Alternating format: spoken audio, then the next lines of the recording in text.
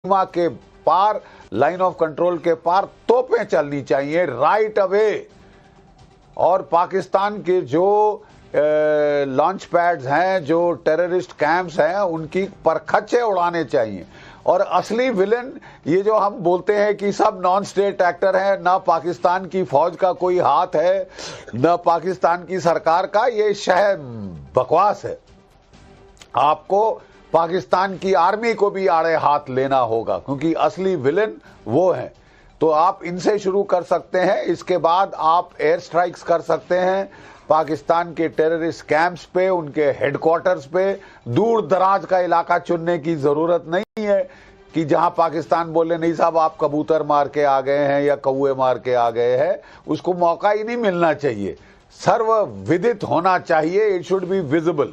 ठीक है, एक विजिबल रिवेंज होना चाहिए। ये बड़ी बात कही जा रही है, जनरल बख्शी बड़ी बात कह रहे हैं, और मैं चाहूंगा इसको स्क्रीन पर फ्लैश कीजिए। जनरल बख्शी जो कह रहे हैं कि ये असल में नॉन स्टेट एक्टर्स पर अब ये ठीकरा नहीं फोड़ना चाहिए, ये सीधे सीधे वहां की आर्मी है, आर्मी का जनरल है जो विलेन है, और अब निर्णायक कार्रवाई होनी चाहिए। 1150 ऑप्शंस, न जाने कितने ऑप्शंस हैं, सरकार का काम है उसको चुनना। लेकिन जनरल बख्शी ये कह रहे हैं कि इसकी बॉटम लाइन ये होना चाहिए कि इस बार हो वो दिखाई दे, महसूस हो, ऐसा नहीं कि उसके लिए फिर बातें हो और कोई कहे कि कौआ मरा है और कोई कहे कि देखिए कितने सारे कैंप्स हमने नष्ट नाबूद कर दिए। आरएसएन सिंह साहब, आपके मुताबिक जनरल बख्शी तो कह रहे हैं कि इस बार मीनिंगफुल एक्शन का टाइम आ गया है। नहीं, आपने तो अभी कहा कि 4 जो आतंकवादी हैं उसमें 2 बाहर से आए हैं, 2 अंदर के हैं, तो बाहर भी कार्रवाई होगी, अंदर भी कार्रवाई होगी। पहली बात तो ये जमहूरियत का ये नौटंकी है, ये इसको अभी थोड़े देर के लिए शेल्फ कर देना चाहिए। तमाम जो मदरसे हैं आपके यहाँ, उसको बंद करने में किसने ये रोका है आपको? उसके बाद हाय तौबा देखते हैं, यहाँ रिफॉर्म करने की कोशिश में हाय तौबा देखते हैं सर आप। नहीं, एक मिनट सर, एक मिनट, लेट मी कंप्लीट। आप जिहादी तो आप मारते आ रहे हैं, जिहादी आइडियोलॉजी को मारने की आप में इंटेलेक्चुअल करेज है। दूसरी चीज, मैं वही सोल्यूशन चाहता हूं जो गाजा के साथ हुआ है। आप ये मौका है, पीओके को बिल्कुल सैनिटाइज कर दीजिए, आप खत्म कीजिए। वहीं पर अभी वहां गाजा से उठ के हमास वाले यहां पर पहुंच गए हैं और यहां पर मीटिंग कर रहे हैं सर। ये चाइना पाकिस्तान इकोनॉमिक कॉरिडोर की ऐसी की तैसी। और रही बात न्यूक्लियर और ये, तो सर क्या जब उन्होंने कारगिल किया था तो उन्होंने परवाह की थी कोई आपके न्यूक्लियर क्षमता की? तो ये देखिए, आपने फिजिकल लेवल पर भी करना है और आइडियोलॉजिकल लेवल पर भी करना है, और यही मौका है।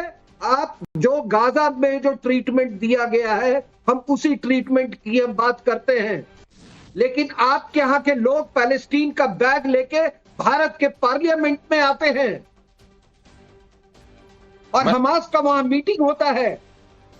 मैं उसी हाय तौबा की बात कर रहा था सर, वही पैलेस्टाइन वाले बैग की बात कर रहा था सर। उनको एक और बैग ले लेना चाहिए क्या, कि अगर हमास आता है तो आने दिया जाए, इस तरह का बैग भी उनको फिर ले लेना चाहिए। लेकिन इधर आरएसएन सिंह साहब कह रहे हैं कि ये जो लोग जिन लोगों ने देखा है कि इजराइल ने हमास के साथ क्या किया है, अब उसी तरह के ट्रीटमेंट का वक्त आ गया है। पहलगाम हमले के संदर्भ में एक और स्केच, ये तीनों स्केचेस आपके सामने हम रख रहे हैं। आतंकवादियों के तीनों चेहरे गौर से देखिए, पहचानिए। आपके आसपास ऐसा कोई चेहरा है तो इत्तला कीजिए। जनरल बख्शी ने आपसे कुछ देर पहले एक बड़ी बात कही है, आपके सामने फ्लैश कर रहा हूं। पहलगाम हमले के पीछे पाकिस्तान की सेना है, किसी को कोई कंफ्यूजन नहीं होना चाहिए, कोई नॉन स्टेट एक्टर नहीं है। आतंकी हमले के पीछे पाकिस्तान की सेना है। दुश्मन को पहले पहचानना पड़ेगा, तभी दुश्मन का इलाज हो सकता है। तो दुश्मन को अगर सेना को पहचाना जा रहा है तो फिर तो सेना वर्सेस सेना होगी। जीडी बख्शी साहब, तो क्यों नहीं? मतलब हाथ कंगन को आरसी क्या? आप कब से कह रहे हैं कि हम पीओके ले लेंगे? ले लो, ये मौका है। इंटरनेशनल ओपिनियन आपको सपोर्ट करेगा और बिल्कुल आपको अच्छा एक जस्टिफिकेशन दे रहा है पीओके में जाने के लिए, पीओके को हिलाने के लिए। कौन सा हिस्सा आप लेना चाहते हैं? पूरा, आधा, 1/4, 3/4? ये तो सरकार के ऊपर है। आदेश दीजिए और उसका पालन होगा। पाकिस्तान की सेना से टक्कर, तो क्या आप क्या चूड़ियां डाल के बैठना चाहते हैं?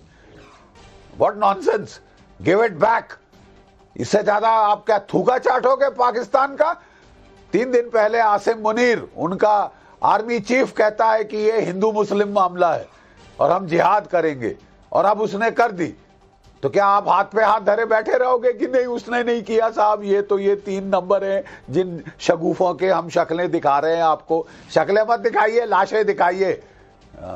अब शक्लें नहीं, अब लाशें देखनी है, जनरल बख्शी कह रहे हैं। और अब स्टूडियो में कुछ ही देर में प्रोफेसर कपिल कुमार भी हमारे साथ आएंगे।